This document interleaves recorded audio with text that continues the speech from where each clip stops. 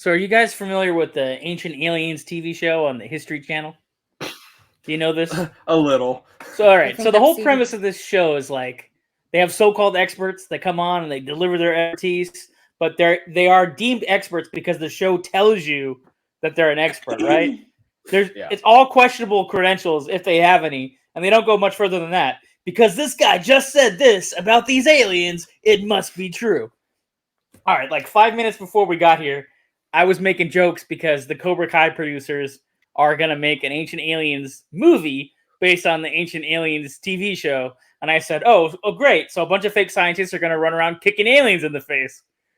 This guy's like, shut the fuck up. Like, dude. His one picture on Instagram, I was like, who's this guy telling me to shut the F up on Instagram at 10 o'clock at night? Let me go find out. So I went, he's got a picture and he looks like, you know, I don't know, like he's second in command at QAnon or something. he's got a mustache he should shave. It's not very good. He looks like a serial killer. Like, I got the next shooter right here, next school shooter. I got him. Oh man. His name is Jason, who plays bass. And likes to talk shit on Instagram. Well, That's not how I was going to start the show, but I felt like I should because that was just too good to leave out. I had to riff on it. Didn't it give birth to like one of the best memes where it's like this guy that's supposed to be an expert on there, but he's got like just totally looks like a big stoner, like Stephanopoulos with the giant hair. His hair goes in like all the directions. Yeah. One of them does actually have. Oh, sorry. Go ahead, Jordan. Well, I was just gonna say, it kind of makes me throw back to I, Tonya and the security guard. How he was like saying he was like, a world renowned, high-level expert in security and all these things. CIA. And he just self-proclaimed. This guy talking trash to me on Instagram looks just like that guy. Like, he's got the stash and everything, right? But not the attitude. But anyway, sometimes my jokes hit really hard and sometimes they come off as like cringeworthy, but I'm leaning into it because one of my mentors, or like, well, not mentor because he didn't mentor me, but like one of my idols in comedy is, they made Man on the Moon. Who's that movie about, David?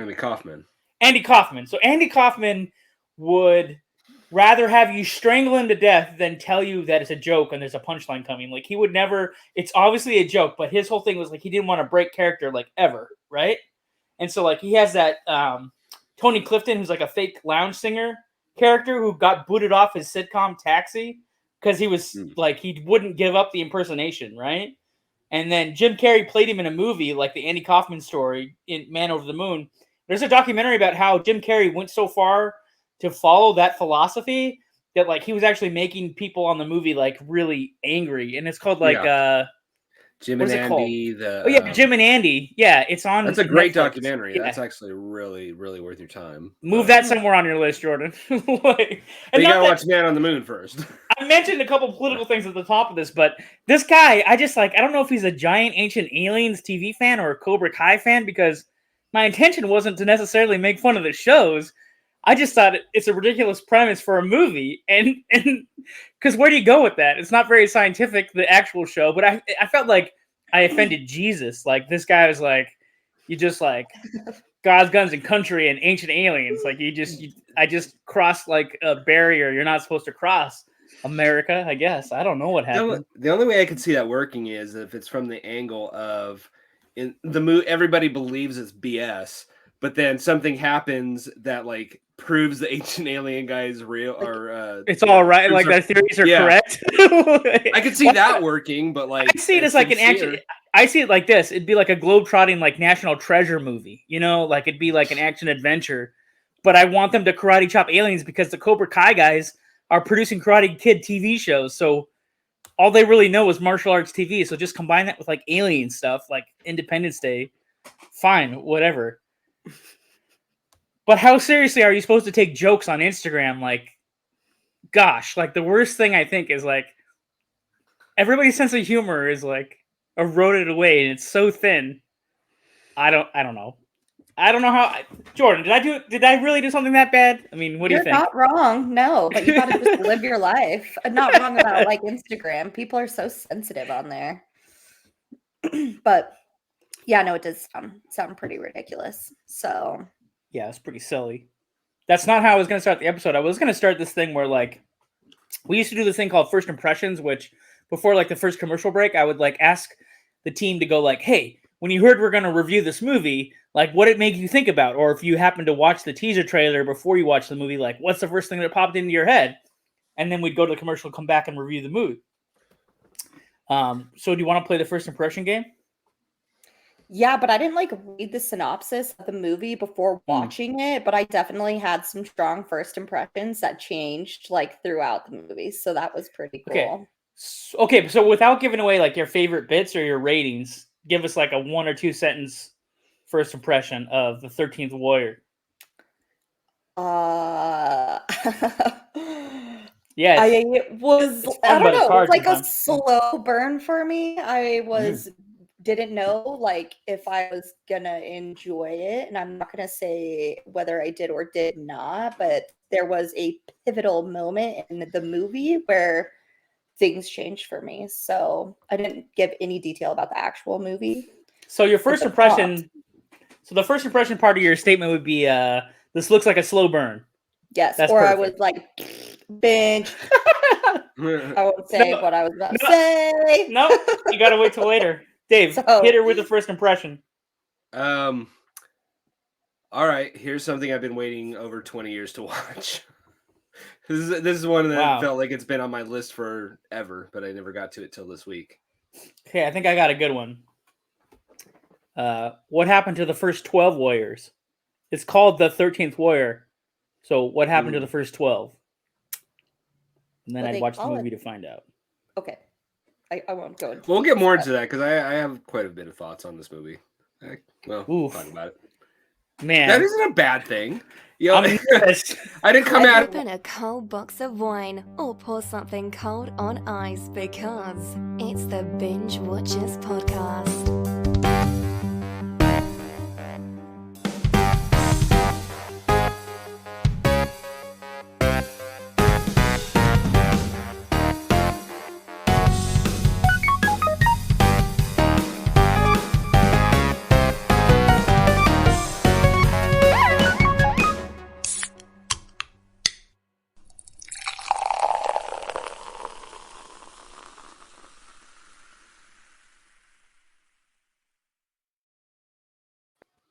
See, the perfect time to play the theme song is when you think that Dave is going to get you into a debate about tonight's movie.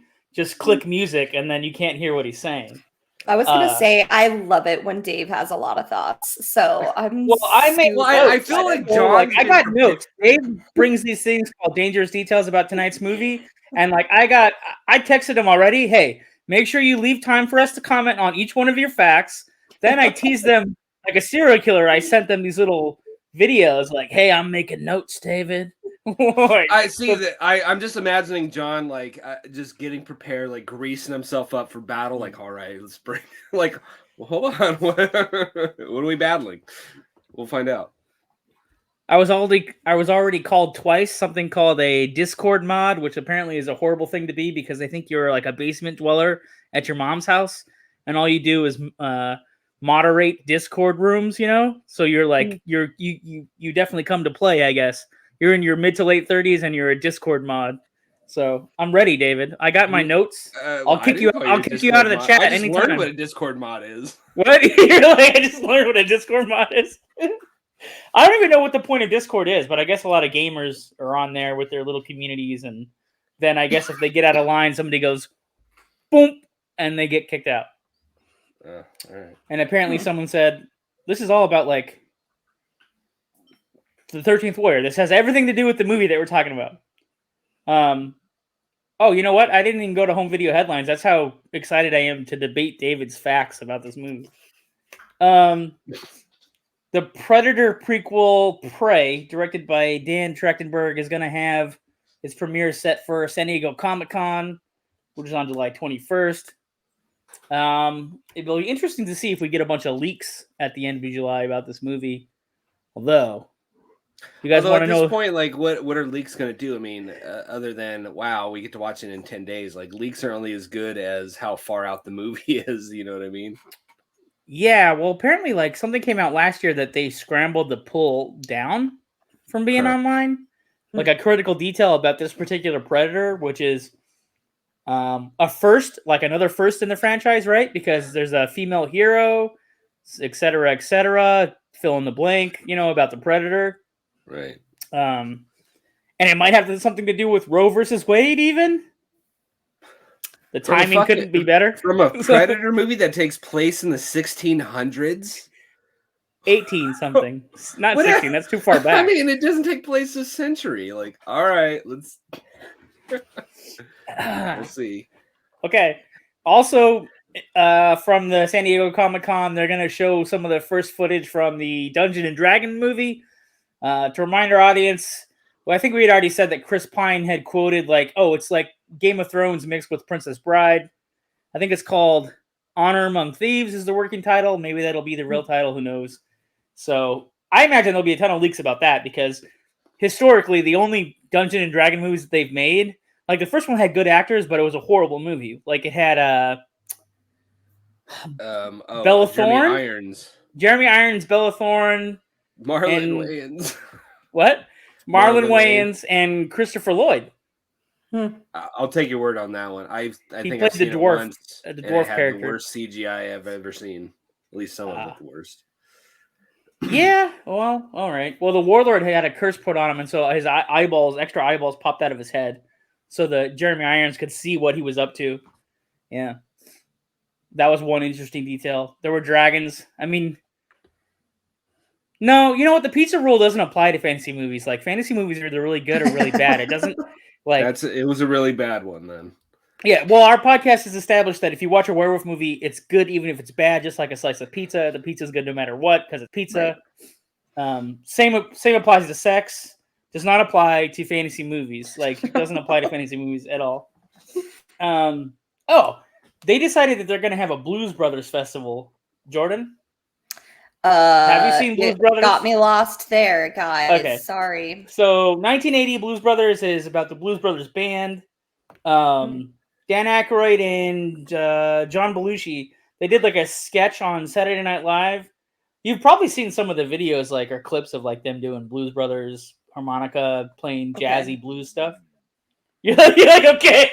Well, I'm like, I probably have seen the skits, but I'm like, it's not ringing a bell. So, well, the movie's really good because it actually, the original Blues Brothers movie, it feels like a music documentary because it has like a bunch of legendary like blues and jazz artists like in the movie doing some of their best music, like Aretha Franklin and stuff.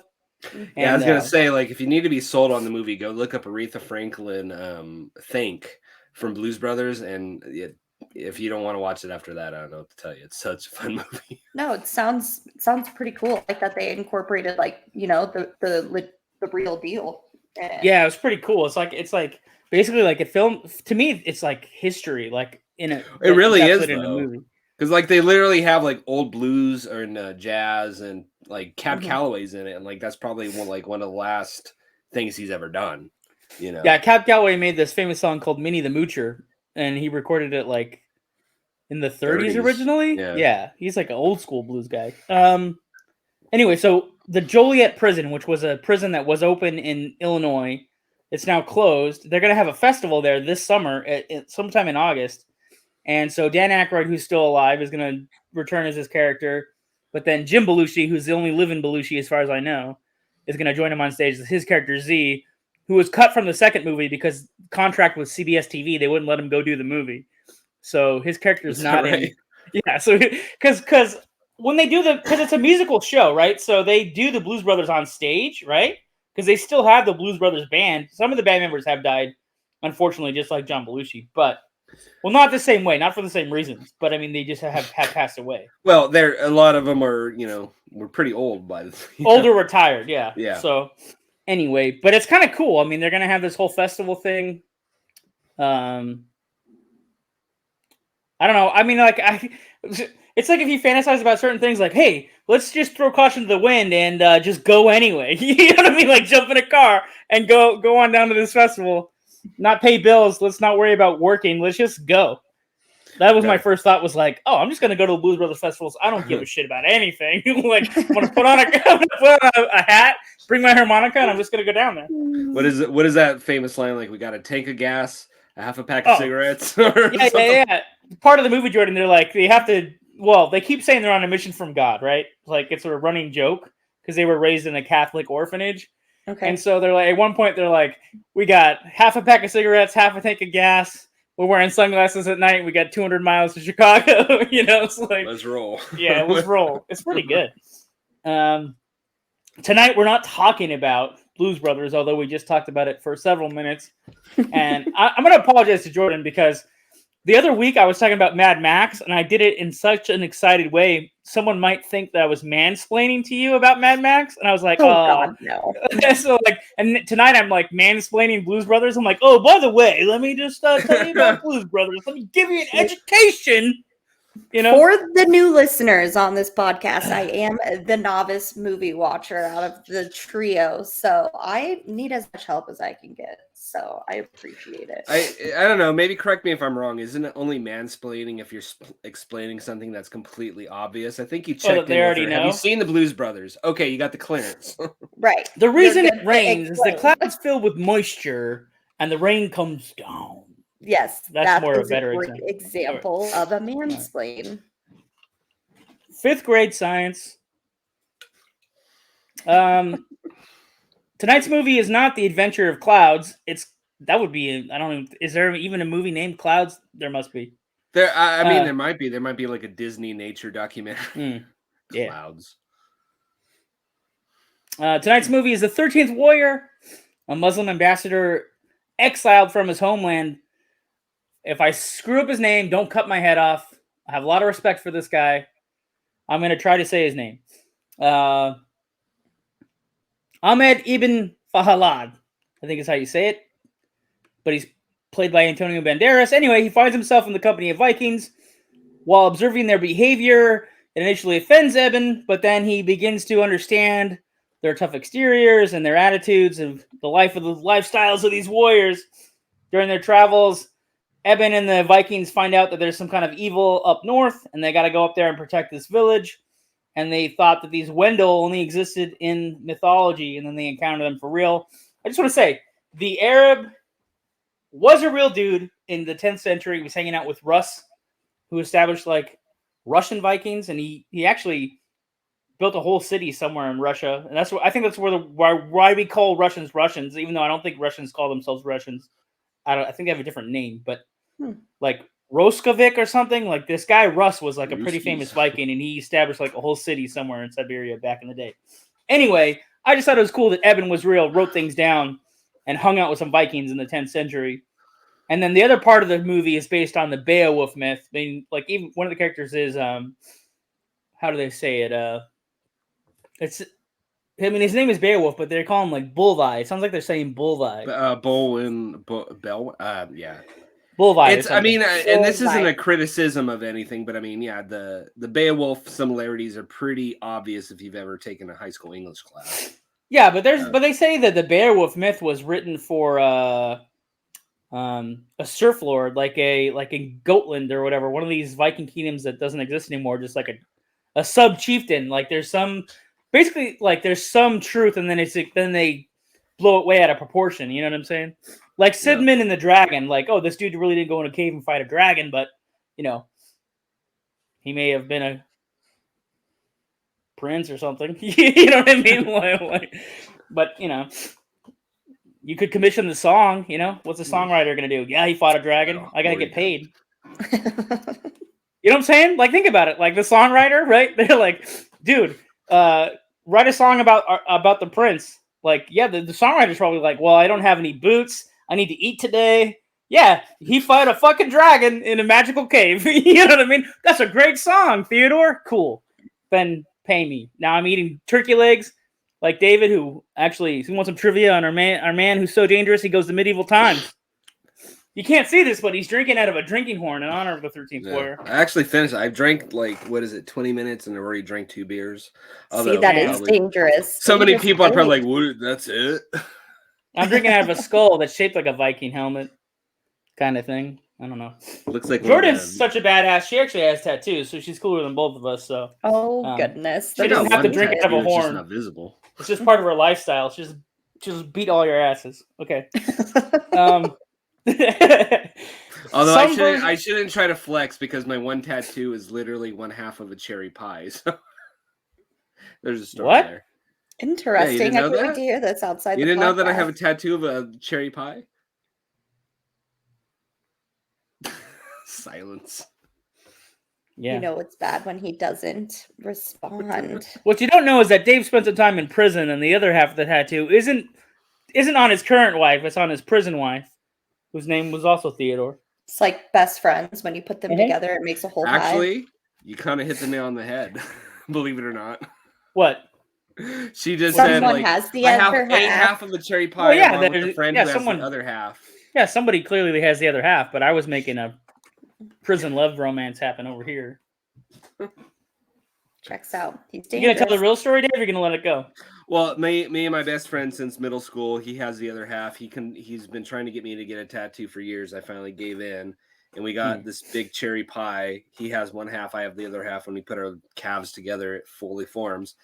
And it still says BFF, but instead of best friends forever, when you put it together, it says big fat fucks because we've always been plus size dudes. We just earned our explicit rating for this episode. Well, you said an F word earlier, so I figured, well, I guess it's off the table. I don't believe you. Play back the tape. Play back the tape.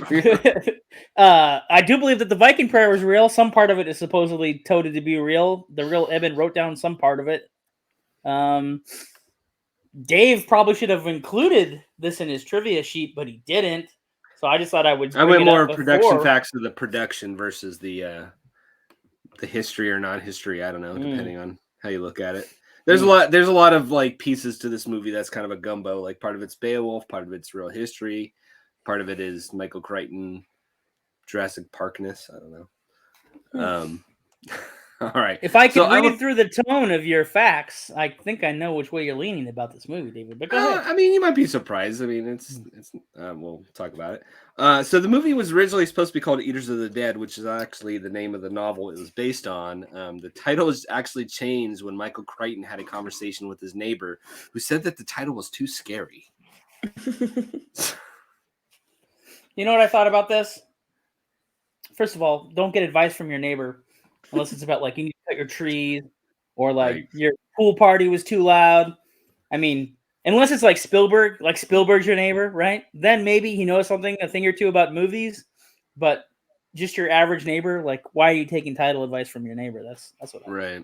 Well, I don't know if I didn't really include this in the facts, but there was actually a trailer that went out. I actually saw this in the theater for Eaters of the Dead. It was actually they even had a trailer that came out a year before, but yeah, and they ended up changing the name before it came out. So I didn't know for years that this was the same movie as Eaters of the Dead. I was waiting. So which one would you have seen first? Which one would have sent you to the movie theater to see? Which title? Eaters of the Dead, because I mean, not a knock on the movie, but like the 13th Warrior sounds like such a just a generic title compared to Eaters of the Dead. But you know, that's Hollywood. I mean, I kind of like 13th Warrior because Unlucky 13. It's a cursed. I mean, maybe we'll get into it later, but I mean, I don't totally hate 13th Warrior, but Eaters of the Dead. If somebody said, "Hey, do you want to go see Eaters of the Dead or the 13th Warrior?" I'm saying Eaters of the Dead. I would That's agree. all I'm saying. Right. But it sounds like they're going to really face monsters at that point, or demons, or zombies, or something. Which maybe they should have.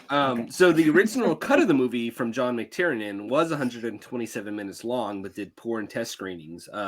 So the author, Michael Crichton, who had actually directed some movies himself, did a bunch of reshoots on the movie uncredited and cut the movie down to 102 minutes. So there is a version out there. I mean, if people want to start like the Snyder cut thing, you could start like, hey, release the McTiernan cut of 13th Warrior. Because you know what? They're saying release the 4-hour cut of Thor 4. And the director, Taika Waititi, I think is how you say his name. Yeah. Was just like referencing that he doesn't even like director's cuts, that he prefers tighter cuts, which I can respect because, I mean, for many years I told Dave, maybe, is there any scientific proof in this? I don't know. We'd have to measure the audience interest in movies versus longer movies or shorter movies, but I've always felt like a 90-minute movie is like the perfect length for a movie. You get in, out before anybody gets tired of it.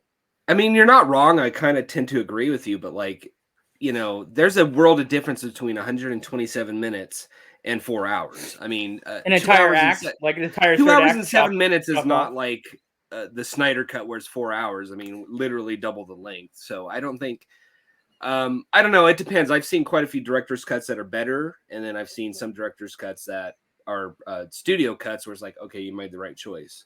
So I don't know. It's a case by case basis, I think. I don't know. I'd at least like to see the longer cut, see if it was any better. I mean, the movie we got isn't bad, but like, I'd be interested to see what was cut out.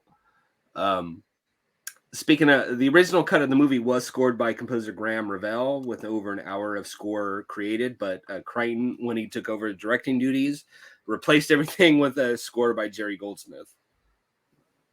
So, which is funny because a couple weeks ago we were talking about Legend, right? So Right. Goldsmith's score gets replaced by Tangerine Dream. Now he's replacing this Graham's dude's score on this movie. Kind of a trade-off. Just an interesting tidbit. Yeah, that is pretty funny. All right, so the movie is actually known as one of the biggest flops in Hollywood history. Reshoots and marketing cost the production over $160 million, and it earned $61 million worldwide. However, time kind of was kind to it, and over time, it has gained a cult following. David really loves to point out when a movie does poorly at the box office, to the point it's always an interesting thing, though. I mean, listen. So this loss that you're reporting about, David, Disney put this in a financial report with 2 other movies, right? Including another movie that I like. One of them is. Go for it. The other movies in this report were Mumford and a movie called Mystery Alaska. Mystery Alaska is a great hockey movie. Oh, and it's a good indie drama. So Mumford, I don't remember what that is. It was like a guy comes into a small town and changes everything up kind of movies. But, I mean, Steamboat Willie, is he just a mouse driving a steamboat, or does he really cook the books over there at Disney? Because the fact that this movie's financial problems are rolled up with 2 other movies in the same report, I don't know. Something fishy's going on. Well, no, I don't necessarily believe it was this movie that caused so much disaster. No, I won't disagree with you there. But you still can't deny that it lost like over $100 million. No, I mean, and it might have been a profitable movie if it didn't have all those reshoots. It says $82 million, and it's spread between 3 movies. So which one lost the most? Well, we don't know. You know why? We have to go. Mickey Mouse blew up his nose in his cocaine budget. We have no idea. Here's the screwed up thing: is which one of these movies really did that bad. Well, what's funny is like I don't know which movie they were trying to bury, because the funny thing is I didn't put this in the facts, but this came out the same weekend as The Sixth Sense, and I think that the studio, and which was put out by Hollywood Pictures, which is a sub-side company of Touchstone Pictures, which puts this out, which is all owned by Disney. So like, did Disney just think that these 2 movies were going to do bad, and then just Sixth Sense happened to like actually do okay, or not okay, but great, like on accident? Yeah, because they were put out in August, which historically August is like the movie dumping grounds, as they call it. I thought January was a dumping ground. Well, there's 2 dumping grounds. There's August, which is the end of summer, although that's kind of skewed a little. Like movies have done good in August in the last 10 years. But yeah, it was usually like August, September, and January were like, oh, these are awful movies. Just put them in August or September or January. So, is this John? When you the type of question that you wonder, like you start judging Dave's rating, Dave's opinion of the movie, when he puts this a negative tone in his 5 facts for the movie of the week, yeah. Well, I have to go off of what I have. I mean, the fact that you pulled up with the guy was... Well, no, think about this for a minute. Yeah, but you have in the past championed movies that you liked within your 5 fact sheet, and you have dogged other movies that you don't like. Well, no, a lot of times it comes down to, do I have source material? Like, if I have a DVD or a Blu-ray where I can watch, like, extras and commentaries, I might be able to pull something deeper because I have access. There are some movies where it's like, oh, I like, but, like, there's nothing really available to talk about. No interviews, nothing. So it also kind of depends on what I have access to. What does he like to do? Report. All right. Okay. So the last fact I'm going to give you, which is also going to lead to John thinking I don't like this movie, is actor Omar Sharif temporarily quit acting due to this movie. He is quoted as saying, "After my small role in the 13th Warrior, I said to myself, let's stop this nonsense. These meal tickets we do just because it pays well. I thought, unless I find a stupendous film that I love and that makes me want to leave the home, I will stop." So he quit acting for like 4 years because of this movie. Actually, there's a much longer quote. I cut it down. There's like 2 or 3 more sentences where he just goes on and on about how he thought the movie was awful. So Omar Sharif is Egypt's #1 actor in like the 1950s. He's Lawrence of Arabia, the harem master in a movie called Harem. He's a sidekick or something like that in Green Ice, which is a forgettable movie with Ryan O'Neal. He's the original Dr. Zhivago. Got to give him some credit for that, I guess. And as you said, he pops up in Lawrence of Arabia. However, having what minor background in acting that I have in theater and going to film school with David and whatever, like, I mean, I call bullshit on an actor that gets paid to be in a movie, does the movie gets released.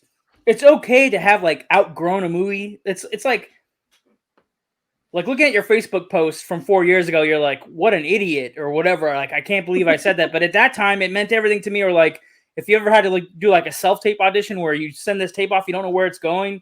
And you're like, oh, I hope that video doesn't show up on the internet. And then if it does, it's like, well, clearly that version of you thought that was important or whatever. It's like, I just got to call bullshit on the fact that he's saying like, now he's dogging it after the fact. But see, here's the thing. The only thing I will say in his defense is I got to wonder what the working conditions were like, because the same thing could be said about a movie you just mentioned earlier, Mad Max Fury Road. All the actors, Charlize Theron and even Tom Hardy, said that was one of the worst shoots they've ever done. They didn't understand what was going on. They thought the movie was going to be a complete train wreck. It was only until they got to see the finished film that they're like, oh, I get it now. So sometimes the working conditions or the actual experience making movie doesn't always reflect the final product. Yeah, but they at least had that opinion from the beginning, and they didn't hide that opinion in the junket. They literally said from the beginning, like, we didn't get along, we don't like each other, and we don't know what the movie's going to be. And then, like, the movie could win over their respect. That's kind of a different thing. It's like, gosh, I don't know. It's like, well, it's like a sports fan. It's like you're rooting for your favorite team, and because they lose the championship, then you literally light your city on fire. Like you knock cars over. Like, I guess all I'm saying is, were those comments, because I found those comments and I couldn't find out when they were actually posted. I'm just curious as to whether that was him saying things before he saw the movie or after he saw the movie. Or did he watch the movie at all? Because like, I imagine he's on the movie for like 2 or 3 days. He's only in the scenes where they're gathering the team, and he's like translating. Eben can't at first speak. Forgive me, I don't know if they're speaking like Swedish, Danish, like whatever Norse language, whatever they're speaking, right? And then like so, but because the Vikings can also speak Latin, the Omar Sharif character, who's like the advisor, Eben's like advisor or whatever, is like telling him, oh, they said this, they said that, and like, oh, they say like 13 men must go on this quest. Oh no, the 13th man must not be a Northman. And then everybody turns their, it's a big moment. It's like the first big moment in the movie. They turn their heads and they're looking right at Eben, and he's like, oh shit, they want to draft you into their quest, and it's not successful without you. So like, it's a good cameo. It's like, dude, you got good screen time. You got to say good lines. You got to be part of the plot. I don't know. So I wish I didn't know that he made these comments, because now it's going to make me reflect on that when I see that moment again, if I ever watch 13th Warrior again. Don't let that take. I mean, there's plenty of. I mean, we've all seen movies that either we only like or other people don't like. I mean, that doesn't take away from your enjoyment of something. Like just it does, David. Jordan, David's official title is also Bubble Burster. I don't know. I love a good hater. So this almost made me like it more. So I'm like, okay, well. Are we at the bits now? We're at favorite bits, because I almost slipped into it on accident trying to knock down Omar Sharif a peg or two from the grave. Okay, my favorite bit was the whole like cave scene. They go to the, they're trying to find this tribe of bear people. I don't know what really to call them, but Vendals. There we go. Wendol is what they call them. Vendals. And just like loved the scene change, and it being like almost like a catacomb with the skulls everywhere. I just like from there and then them surfacing up to the water, like that was when I had my pivotal moment in the movie where I was like, this is freaking cool. I can't wait to finish this movie. Yeah, it turns into like a suicide mission there at the end. They're like, we got to go into the scary cave where the cannibals live, find the queen of the cannibals, kill the queen of the cannibals, somehow get out the other side. Let's go. You know what I mean? Like, right. And at that point in the movie, spoiler alert, they only have like half the Vikings that started the quest with. There's not 13 anymore. There's like 6 or 7 left at that point. Yeah. Well, when they go into the water, I was like holding my breath. Like I could tell my like heart rate started to like increase a little bit. I was like a little stressed for them because I feel like drowning would be the worst way to go. But yeah, that would be my favorite bit. What about you, Dave? I actually had a few favorite bits. The first really big action scene where there's heads getting cut off and stuff, and I'm like, oh wow, burst of energy. There's a great scene, and it's a great character moment. Forgive me, I can't remember the character's name, but one of the warriors is basically just trying to just screwing with this young guy. Just keeps throwing mud at him, just while they're all digging. Just keeps tossing mud at him, and the guy's like, hey. Like, be careful where you dump your mud. Okay. Just keeps doing it. Turns into a big battle. It's a young guy versus old guy. And the young guy is just about sweeping the floor with the older Viking. And you think, like, oh, he's going to actually kill him. To only prove the point that the older Viking actually ends up killing the young kid, because after 3 rounds, like, he actually takes out 3 shields. Like, and all credit to the young guy. He's fighting honorably. Like, he's taking a step back when he's like, okay, I busted his shield. Let's give him a moment. Like, the young guy's fighting honorably. And then all of a sudden, like, once the young guy, he's basically just winding the guy. He's basically getting him so tired that he can just cut off his head. And then the point being that he wants his enemies to know that there's always going to be an element of surprise. You don't know what's coming. That was probably the best moment in the whole movie. I mean, the movie is actually pretty well done, but I think that whole battle of the old Viking years versus the young guy, just to prove himself and also to prove to his enemies, like, hey, don't second guess me, was just a great moment in this whole movie. I don't know if that's something John was going to choose. The only other thing I'll say, it's not a specific moment, but I did not look up my facts until after the movie. I try to go in as fresh as possible. I didn't know going in that this was a version of Beowulf. But once I realized that, I will say it was kind of interesting watching the rest of the movie, knowing like, oh, this is the perspective of the 13th warrior. Like the guy that isn't really the hero of this movie. I mean, it kind of is because we're making him the hero, but he's really like the 13th guy down the line from Beowulf, Beowulf, the real hero of the story we've been told for years and years. So I thought that was pretty interesting. Well, that's one of the best parts is the perspective. It's the outsider's perspective of their culture and like what's happening. Like what David was saying maybe isn't set up the best in the movie because it's political. So Beowulf and his Vikings show up to help this smaller kingdom, and they've already established a reputation of being a good team. So they must have had successful campaigns before they got there, right? As explorers and conquerors. Then the local prince is worried he's going to lose his kingdom to the Beowulf because he's better at what he does.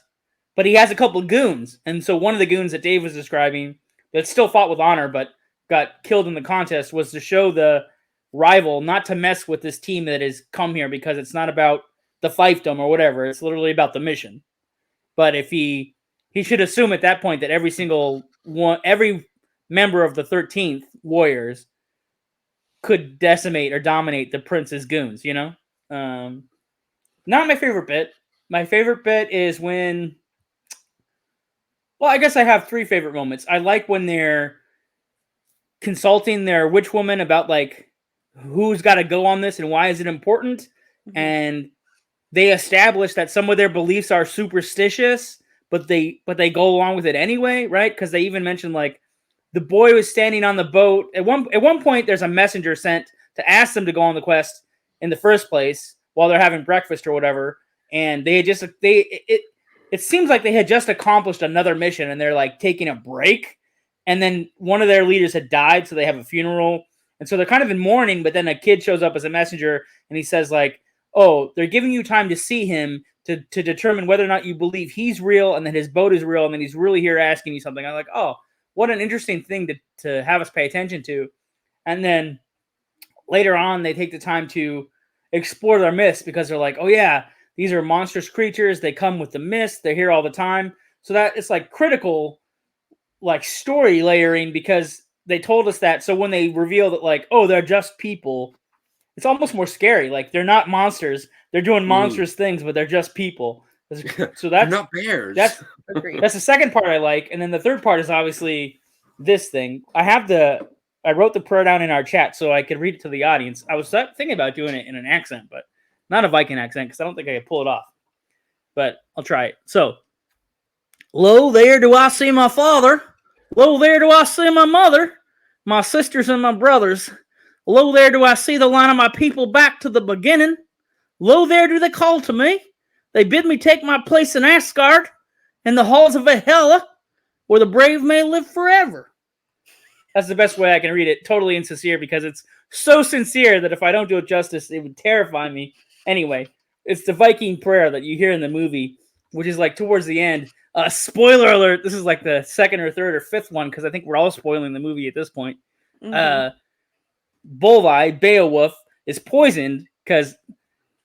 And I got to think about a quote from Game of Thrones here. In Game of Thrones, they go, "A woman's weapon is poison. That's who killed Joffrey." Like the cannibal queen is sitting there stirring a bowl of various poisons, and you see like all these reptiles and snakes, and like she clearly knows her business with all these little herbs, and she's just rolling this little claw inside the bowl. She's like, "Oh, you're here to try to kill me? All right, let's go." And she takes the claw out of the bowl, and she gets an early strike in, and it's a slow-moving poison, I guess, for dramatic purposes, because he gets all the way back to the fiefdom and is there for the final battle. And then that's when he gives the speech. Mm-hmm. Gave me chills when he came out, like just limping with his sword, like dragging right his behind sword. him. I was like, "Let's go!" The dog's trailing behind him. Yeah, and I was like, "Okay, this is gonna be good." But then he gets his throne, and he sits down to die after he wins the battle. Ratings. I feel like after talking with you guys, it can be a binge now for me. Wow, did we win you over in argumentation? like again, you pushed for a rating? Second time. Yeah, I mean, I first was like, okay, this might be like a binge never. And then as soon as we got into the cave, I was like, okay, I'm loving where we're headed with this. The ending was excellent. And then you guys reminded me of some good bits that I'm like, yeah, no, this was a good movie. I really like this. What about you, Dave? I'm gonna say binge later. I did actually really like this movie. It took me 23 years to see it, I think. I mean, I'm not disappointed, but it's not anything like I'm not gonna go out and say everybody you gotta watch this. I mean, if you waited 23 years, what's another 5 or whatever? But having said that, I really did enjoy it. But it's a binge later. John? I mean, this is why it didn't do well at the theaters, because you're just telling people to pass it for something else. It's your fault. Well, I mean, again, it came out against The Sixth Sense. If you ask, I'm sorry, I'm going to tell you, go watch Sixth Sense over this if you've never seen a movie or these two movies. Wow. Anyway, it's a binge now for me, and if 5 people want a copy of it, we'll give you a Voodoo gift card if you go review our podcast and say, like, I heard the 13th episode, or 13th Warrior episode, and I liked the movie. Tell us why you liked the movie. Leave us a review. Because Jordan, what? What do we like to do? Review. I think isn't this episode going to drop on the 13th? Isn't that is that synergy? Is that true? No, this drops in like a couple days. Is that right? Yeah, which would be the 13th. It's the 11th today.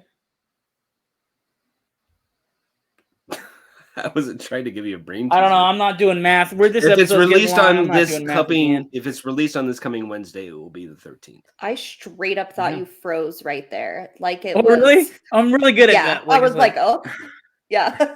Just so still. Jeez. Okay. For real, though, you're freaking me out. Yeah. Well, what I just did, folks, is I froze to make her think I was frozen on the screen while we're live streaming, but I wasn't. But what I've been practicing, and this is dumb, if I ever get cast as a dead body, I got you. I can hold it for a minute. Just give them the Well part. done. You got any staff picks there, Jordan? Wait a minute. So that's a double binge now, so right? Yeah. Double binge now. I suppose so. Well, there you go, David.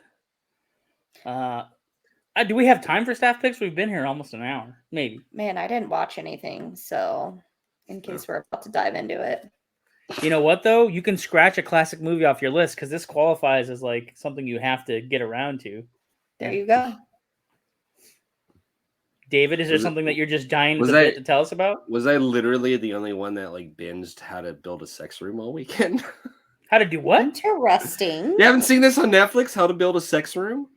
Wow. Tell me more. You know what's lining up in your It's queue. basically your average HGTV show with like a designer and a contractor, but instead of building just a dream home, they build people's sex rooms. So like they usually, it's actually, the funny thing is like it sounds dirty, and of course it is because they are building sex dungeons, but like it's really endearing to see like the couples and like how they're like, a lot of them are doing it to reconnect and stuff. So like there is a weird romantic angle where you're like, oh, this show about people building these horny rooms. Do you remember watching that movie Burn After Reading where George Clooney is cheating on his wife? Yes. So George Clooney is building her this elaborate birthday present in the basement, and you don't know what it is for like half the movie, and then you see what it is, and he's basically built her an exercise sex toy, like a Sibian before Sibians, or that's what it looks. People know what like those that are. Famous Sibian toy. Anyway, but he doesn't. He reveals it to his lover, who he's cheating on his wife with, going like, "You think my wife is gonna like this? Oh yeah, she's gonna love it." Just like, wow, Coen's brothers, way to do it to us in another movie. But you don't expect that kind of reveal, right? Because there's no indication that it's going to go in this direction, and then he just steps away, and there it is, and you're like, oh, okay, all right, that's where the movie's going. That's what you made me think of, David. Thanks for that. Surprise! It's a sex dungeon. No, but seriously, it's on Netflix, and the designer is like an old, short, gray-haired British lady, very unassuming, and it's just she's tapped so much ass, David. You don't even know. Oh yeah, she has. Yeah, she has. No, it's funny. It's because of Netflix. She's got a whole bunch of new followers. She's a lady with the sheetrock, but she's I don't know where I was going with that. Freaking the sheets. Something I'm telling you, if you guys it sounded better in my brain. Just watch one episode. It's on Netflix. I think it finally hit like the top 10, but I don't like HG TV shows, but you tell me we're gonna build a sex dungeon, you got my attention. It's like my favorite channel, so I cannot wait to watch. John, what about you? Anything of substance? Besides building I don't know if you can also top that. So wild episode. What did I watch? Man, what did I watch? Did you watch The Bear again? No. Told more people about it. I told a bunch of people about it, and I still haven't even seen it. I mean, I watch like 3 things a night, and I obviously because the cream rises to the top, not everything. I watch. Have I texted you guys about anything lately? I don't know. No. Okay, so next week, come back because we're gonna watch the 2018 Swedish fantasy movie called Border. It's on Hulu right now. If you rush to Hulu, you get a chance to watch that. It's worth it. In fact, I suggest anybody who wants to watch it to keep up with the show, don't read about it. Just hit play. It's so good. It's like it fits into like magical realism or a modern fairy tale that's dark, dramatic, and also still has a morality lesson, which the old fairy tales, they were dark, but they still had a lesson to teach you. Right. So anyway, I can't wait to hear Jordan's interpretation of Border. Yeah, like again, Jordan, if you don't know what the hell this movie is, don't read about it. Just hit play. Don't even read the synopsis. Just hit play and just because that's how I watched it. I had no idea what I was in for, and this was a few years ago, and I did not walk away disappointed. Well, but maybe watch it alone because there could be some awkward screen grabs. Yeah, that's fair. Don't unless you're watching with somebody who doesn't mind weirdness. Oh, perfect. Yeah. Only type of people I hang out with. So. So in between building your sex dungeon, go watch Border and come back for next week's podcast. Yeah.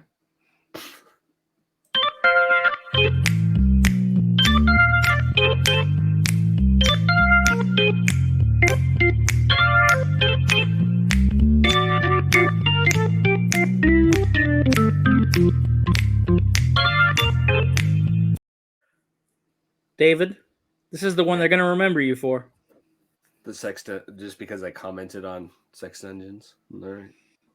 Dungeness Dave. Well, what we're hey, gonna we call talked him about from now on. Dungeons and Dragons, and then I brought up sex dungeons. This is just a dungeon-filled episode. It really is. Oh, we're getting that Magic E label on iTunes for sure for this one.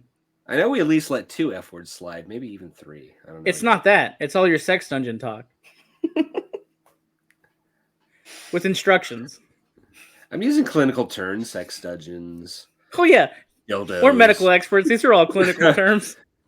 We're qualified. We have a podcast, just like that TV show, Ancient Aliens. Ancient Dungeons with David. We teach all about it. Yeah, if those guys qualify as like alien experts, I guess I'm a sexologist. I don't know. Jordan's imagination is wandering wild now. I'm just like the journey we've taken in the last 50 minutes. We've done it all, haven't we? Ancient aliens, Wild. sex dungeons, all the things. I feel like aliens kind of naturally lead to sex. That's a great title, though. Ancient Aliens, Sex Dungeons, and the 13th Warrior. That's a freaking great title for a podcast. Dude, it's going to be like our number 1 listened to episode of the year. Nobody even finishes it. They're like, wait a minute, I was promised something I didn't get. Oh. Well, Diagrams brings in available the on- numbers, I guess. Download it. I don't care if you listen to it. Just download it. No, I do want you to listen to it. I'm getting lightheaded. This is why I do not work in the promotions department.